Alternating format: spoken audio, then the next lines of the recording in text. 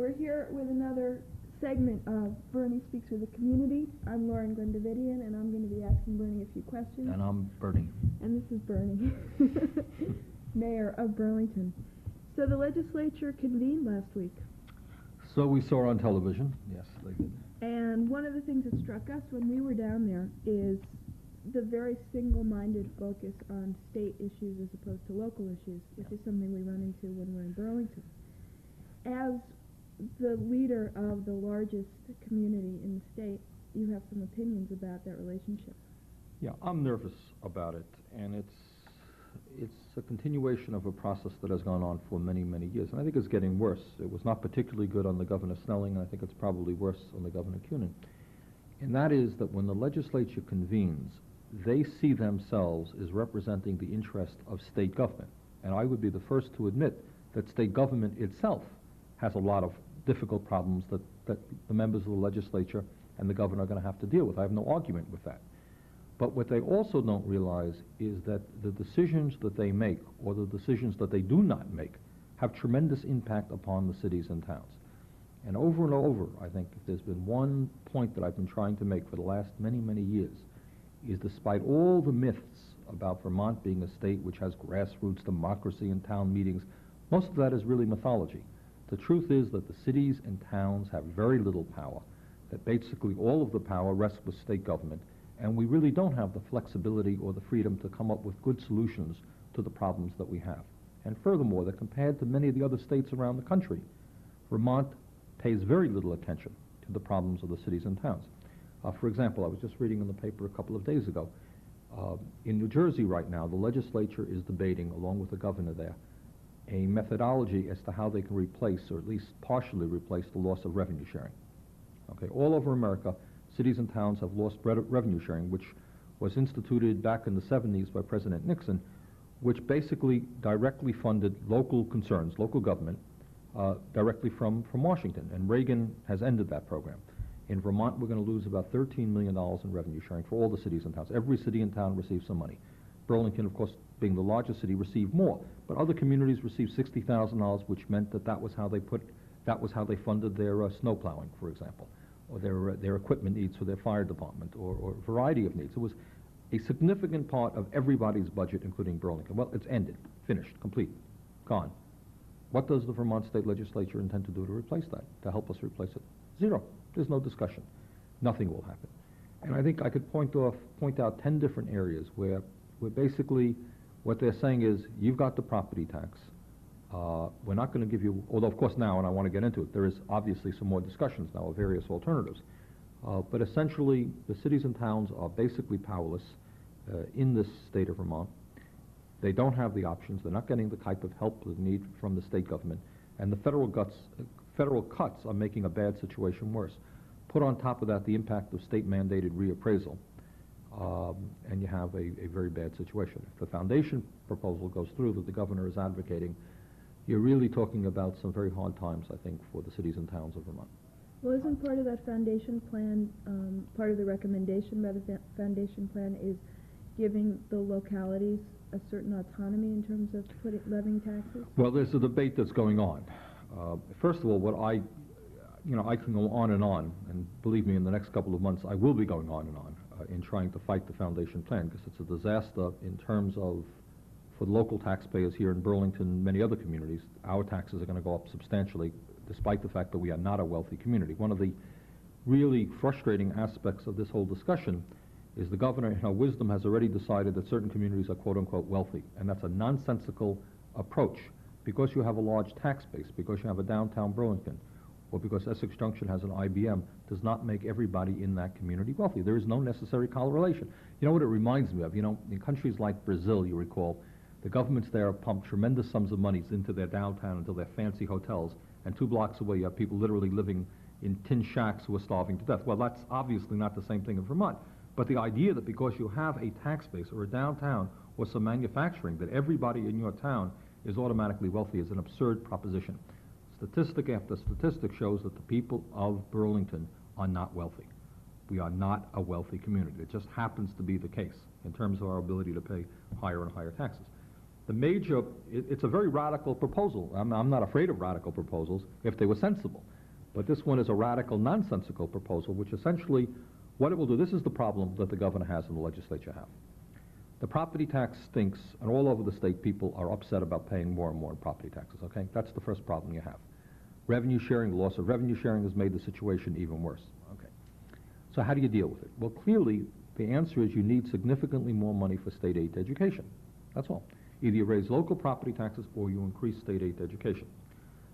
Well, if you need the money for state aid to education, it seems to me that the fair way to get it, the obvious way to get it, is for the state to begin to look at some of the sources, revenue sources that they've had for many, many years. Primarily the income tax is, to me, the one that I would look at. Some people are talking about the sales tax, various types of taxes, okay? What the governor is doing, and I think it's a very clever political move, is saying, I am not going to raise taxes. Saying, I'm not going to be the governor who raises taxes, but we're going to get the money. And you know how we're going to get the money? We're going to come up with this concept of sharing the wealth. Well, I happen to believe in sharing the wealth. Really sharing the wealth is going to upper income people, going to those people who have the money and saying, we think you should be paying more for education so all the kids in the state of Vermont get a decent shake. That's fair. I would be the first person to support this. The foundation plan is not fair. What it does is, for a variety of, in my views, faulty premises, it has decided that certain communities are quote-unquote wealthy. And therefore, all of the people, the poorest people in that community, are going to have to pay significantly higher property taxes to help out other communities. Now, are there some communities in Vermont that are wealthier than others? Of course there are, okay? But it is insane to believe that everybody in any community is rich, that everybody in another community is poor. There are wealthy people in poor communities. There are poor people in quote-unquote wealthy communities. And what you do is you look at the individual's ability to pay. That's what you look at. That's what you look at.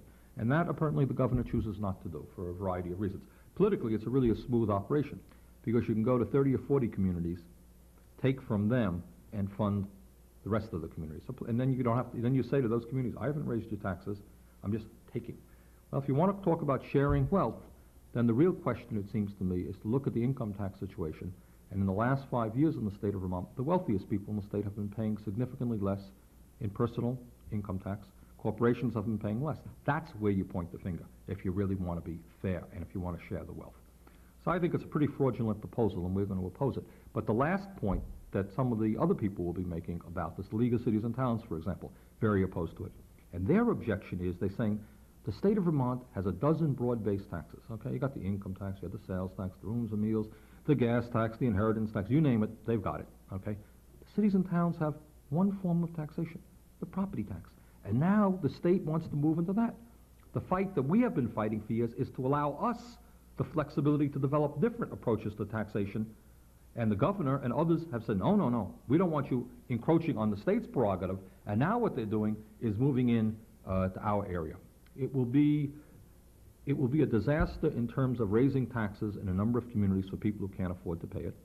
It will be a disaster for the school systems of those communities. What it will mean for Burlington is the people will eventually be having to pay two sets of taxes. One property tax will go to the state, and the next property tax will go to their own schools. The people aren't going to pay two property taxes. They can't afford it. They really can't. So they are going to stop funding adequately our own school system, which is a tragedy, because we're now beginning to make some progress on making it a good school system. In the last few years, I think we've come a long way. But they're not going to be able to fund it. They're not going to fund two sources. So you're going to see a decline in education in Burlington and other communities affected.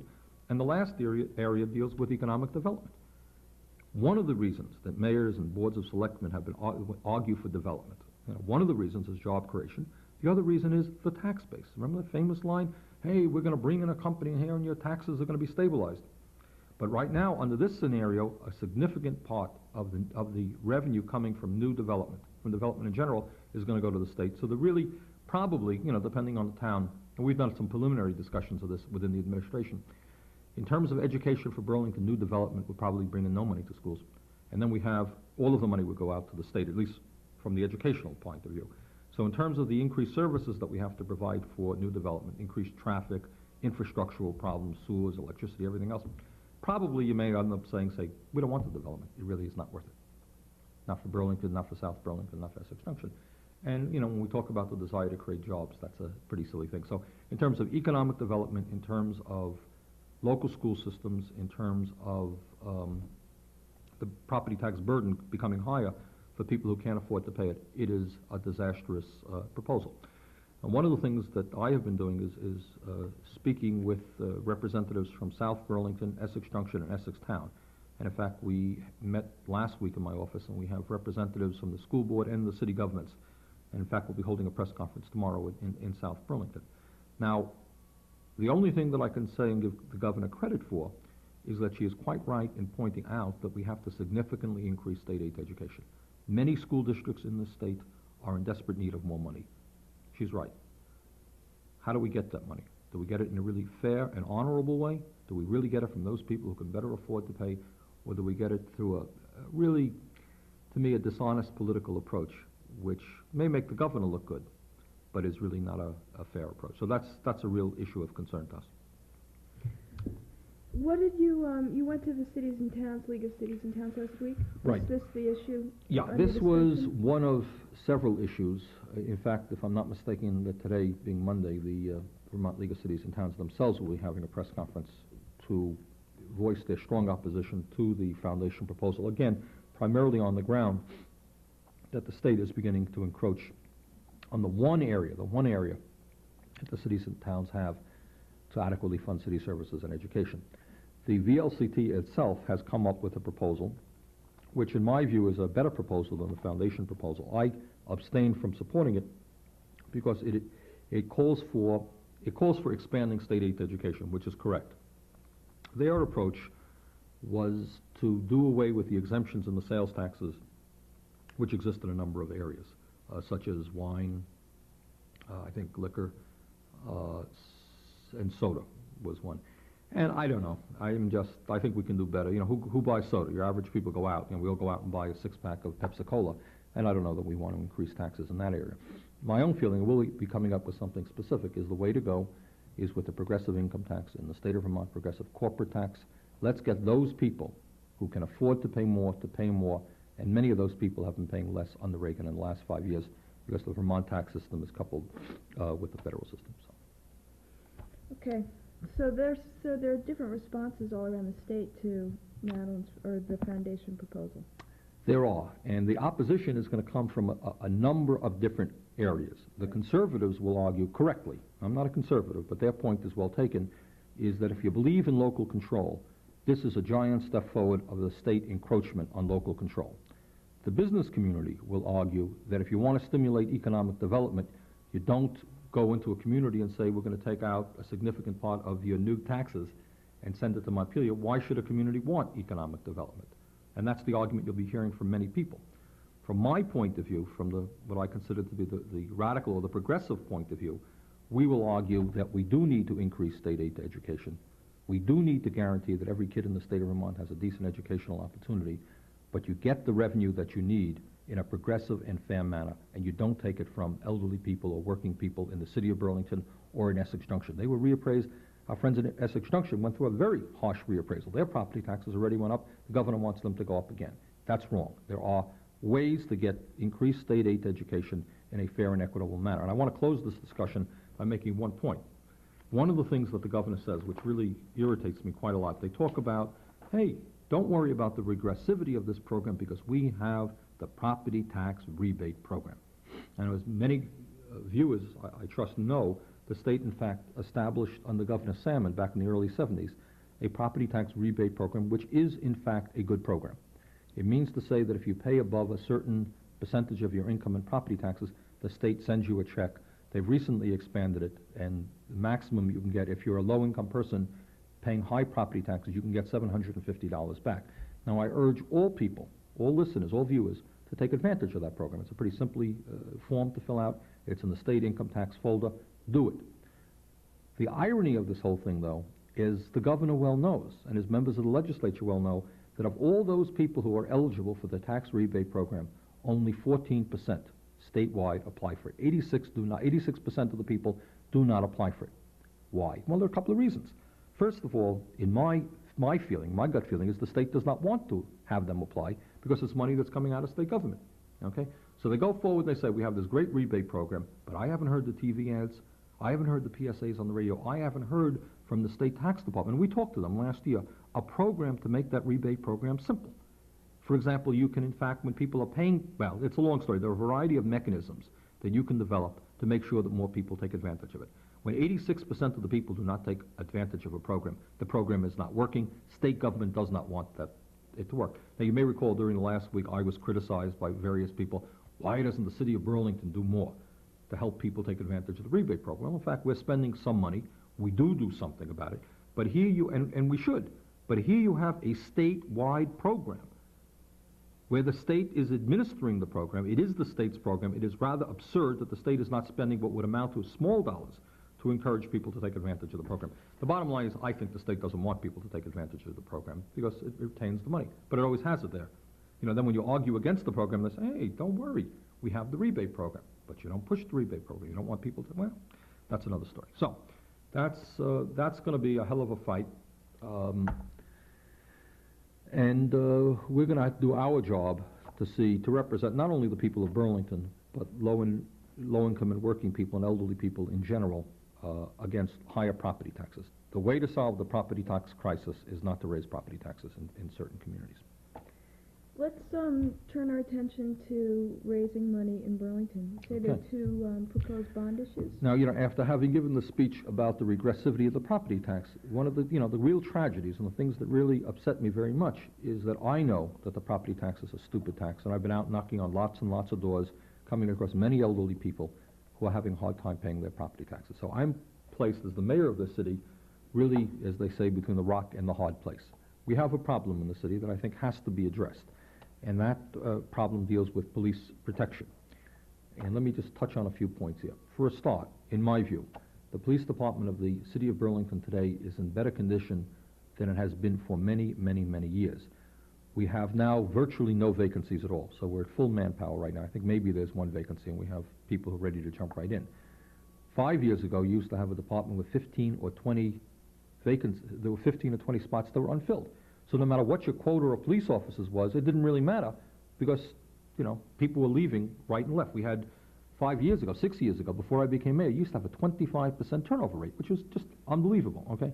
So we have come a long, long way. The department is much more stable. I think Chief Scully is doing an excellent job. I think the morale within the department is good. We're making progress. In addition to that, we have developed over the last couple of years a couple of programs which give added strength to the police department. The auxiliary police department is moving along very well. Its function is to enable our sworn police officers to be out on the street while some of the paperwork is done by people who are not sworn police officers. And that's working pretty well. We have, in the summertime, a parks patrol program where you're having young people affiliated with the police department out in the various parks in the city, and that's been working quite well. We have also been successful in getting some grants. The police department has done a good job, and the grants are coming in for domestic violence, neighborhood watch, and other community-type programs. That's moving well. What I will be proposing is an appropriation to bring back what we had a few years ago, which was a self-defense program for women. You might recall that. I was amazed, to be frank with you, about the tremendous response that program brought forth. I think we gave 2 separate classes over a period of time. A lot of interest in it. We'll want to work with the Women's Council to bring that one back. The major issue that we face, though, is the question of the expansion of the police force in general. We are now at 85 men and women, but that includes 10 people, I think, who are assigned directly at the airport. Okay, so that leaves us 75 for general city work. I think that given the growth of the population in the city, of the movement toward opening up the waterfront, which will bring people down to the waterfront, and I think the legitimate concern that many people in our city and throughout the state have regarding the incredible increase in violent crime, which no one can quite explain, but people are rightfully very concerned about that. I think we have to expand the police department. And during the last few weeks, and certainly before that, I've been talking with the Police Commissioner, Chief Scully, and what we think a reasonable program for the future would be to expand the police department by 20 new officers over a period of 5 years. Okay, and having said that, of course, the negative, the sad part about it is it's going to cost money. There's no way you do that without it costing taxpayers money. My feeling is that the people of Burlington want increased police protection, understand that it costs money. What we're working on now is some specifics. My guess is that we'll be asking for a property tax increase of between $300,000 and $400,000 this year, which will add, and again, we haven't finalized the numbers, probably 7 or 8 new police officers immediately as part of the 5-year program. They will also provide for cruises for the police officers, administrative support, When you expand the police department, you have other expenses. You have uniforms, you have need for cruisers, need for more equipment. So there's some, tangential expenses that go with the increase. But that's one issue that we're going to be bringing before the aldermen very shortly and ask for their support. And I hope and expect that on this issue we'll have tripartisan support. Let me just ask something that has less to do with money and more to do with reorganizing within the police department. One of the things that I've heard, particularly in the women's community, in response to violent crimes and particularly against women, is not so much that we need more police protection, but we need police protection that is focused on sex crimes or that kind of unit. Are there efforts underway to refine that kind of police protection? The answer is yes in both respects. All right. I think we recognize that it is a very, very serious problem, and no one can argue about it. It's a frightening problem, and that we do have a section of the police department now that is dealing exclusively, to the best of my knowledge, with those problems, and I think it should be expanded. So that is an issue of great concern. Waterfront, is that another area? Yeah. In fact, if you're asking me in the next couple of months, two of the issues that we'll be focusing on, I would say the expansion of the police department is one, and waterfront development is the second. Let me explain a little bit what we have going there. We are making, I think, excellent progress in creating a people-oriented waterfront, which is our goal. The problem is that you have a waterfront, as all of our viewers know, which is extraordinarily beautiful. It's a wonderful resource.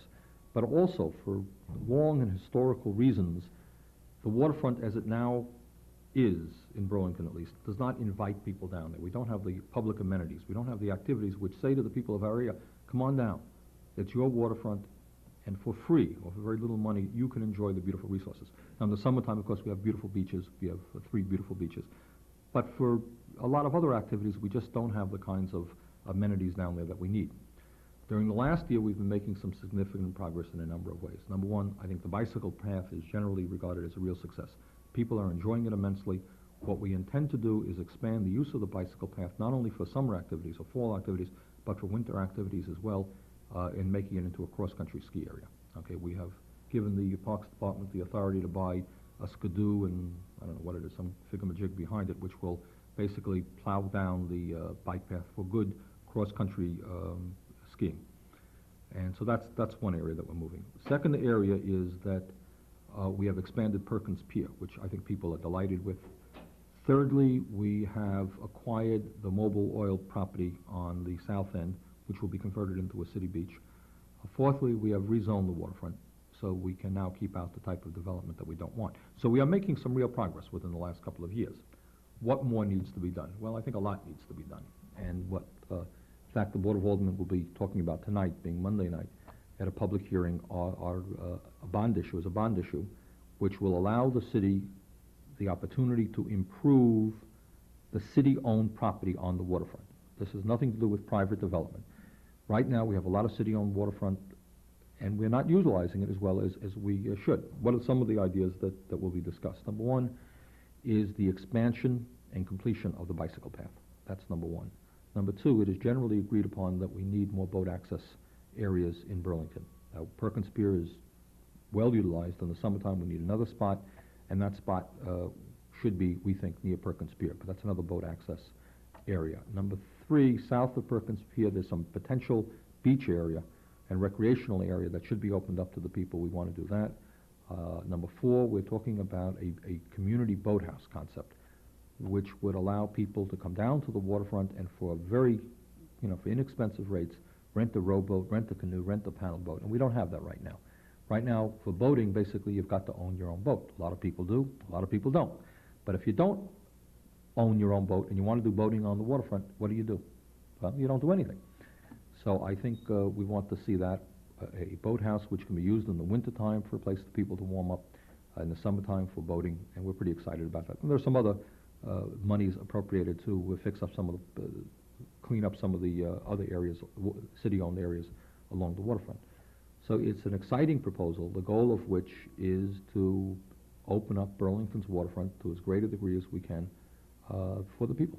And at this point, it looks like the bond issue will be $2.5 million, which on one hand is not cheap, that's not nothing, but on the other hand, it is not an outrageously expensive sum of money if we're talking about the incredible resource that we have there. What happens when you do a bond issue? How does that work? Well, basically what it is, the difference between a tax increase and a bond issue is, if your taxes go up, that means every year you're paying a certain amount more for taxes. A bond issue is usually associated not with operating expenses. For example, within the police department, we're hiring new police officers. They become part of the operating budget. We need money. A bond issue goes to a capital improvement, which means not salaries, for example, but physical construction. And it's amortized over a period of years. You know, so let's just say you take a $2.5 million bond issue, and you agree with the bond market to the bond banks to pay it back over a 10-year period. So that means you pay back $250,000 a year in terms of principal, and then you have your interest attached on top of that. So you're paying it back piecemeal over X number of years, 10 years, 20 years, and then it's paid off, and that's it. A tax increase, everything being equal, unless taxes are lowered, stays with you forever. So A bond is a loan? A bond is basically getting approval from the people to float a bond, to borrow money from, yes, to borrow money, and the bond issue enables us to pay it back. and then people invest in the bond, don't Right. they? They buy Then a you bond. have, right, then you have the whole phenomenon of the bond market where people, the city of Burlington is a tax-exempt institution, so there are people who invest in bonds, understanding that they're very secure and they're tax-exempt, so they don't have to pay taxes on the profits that they make off of bonds. Okay. But what we're doing here now, in terms of the bond issue, is we have now gotten the authority to do it. Obviously, the city does not have the right to go out. We can't simply go out and say, we want to improve our waterfront. Gee, will you lend us $3 million, without the banks understanding that we have gotten the approval of the people to repay that money. So what a bond issue, a general obligation bond, is that the faith and credit of the people of the city of Burlington is now behind paying back the bond. That's what all bonds are about. So who votes on that? The All the- people or the aldermen? Oh, no, all the people. The aldermen can vote to put it on the ballot. The people themselves have got to vote whether to approve it or not. So this will be on the March ballot, My hopefully? hope and expectation is that it will. Well, we have about 3 minutes, Ah. so you've got a couple more things you want to cover. Okay, just a couple of things. I hope that the people of, we've had this weekend a lot of snow. My impression is that the Public Works Department is working well, that they're doing a good job. We have new equipment, and my perception is that they're doing a pretty good job. If people are having concerns about the quality of snow plowing or street plowing or sidewalk plowing, please give me a ring at my office and we'll get to the Public Works Department. 658-9300. Right. The other issue is that I think you may recall, and I think we may have talked about it on one of these programs, is that a while back the Board of Aldermen passed a resolution urging the Public Service Department of the state to investigate the possibility of lowering New England Tel's rates. Well, last week the Public Service Department and the governor announced a proposed agreement with New England Tel, and interestingly enough, what will in fact happen is during the first year there will be a lowering of rates. It's a good step forward, and I think the governor and the Public Service Department deserve credit for the approach of sitting down with the phone company and engaging, not going through the farce of the Public Service Board, which to a large degree is really just a joke, but rather sitting down with them and negotiating hard. Now, what we have to investigate is whether in fact the state has gotten as good a deal as it can. I'm not sure that it has. There are a lot of factors that are going on with the phone company now. Their tax rates are going down as a result of federal tax reform. The kinds of rate of return that they're allowed by the Public Service Board is much too high. And in terms of their equity, in terms of their capitalization process, they're borrowing too much from the stock market and not enough from the bond market. So there are a number of factors which suggest the telephone rates can and should go down substantially. Under the proposal brought forth by the governor, there will be some decline the first year, and that's good. Be some stabilization afterwards. Whether it's as good a deal as we can legitimately expect remains to be seen. We'll be looking into that. Okay, so anything else? Minute? Yeah, about 500 things, but I think they'll probably survive for another week. Are you busy every day? Yeah. What time do you start working? Well, usually, you know, Mondays are always a miserable day because you get up early and the Board of Aldermen doesn't end till 12. So today will probably be 16 hours, anyhow. That's a long day. Well, I'm glad someone's working as mayor. Thanks. Okay, thank you. This has been Bernie speaking with the community, and I'm Lauren Bendavidian. Good night until next week.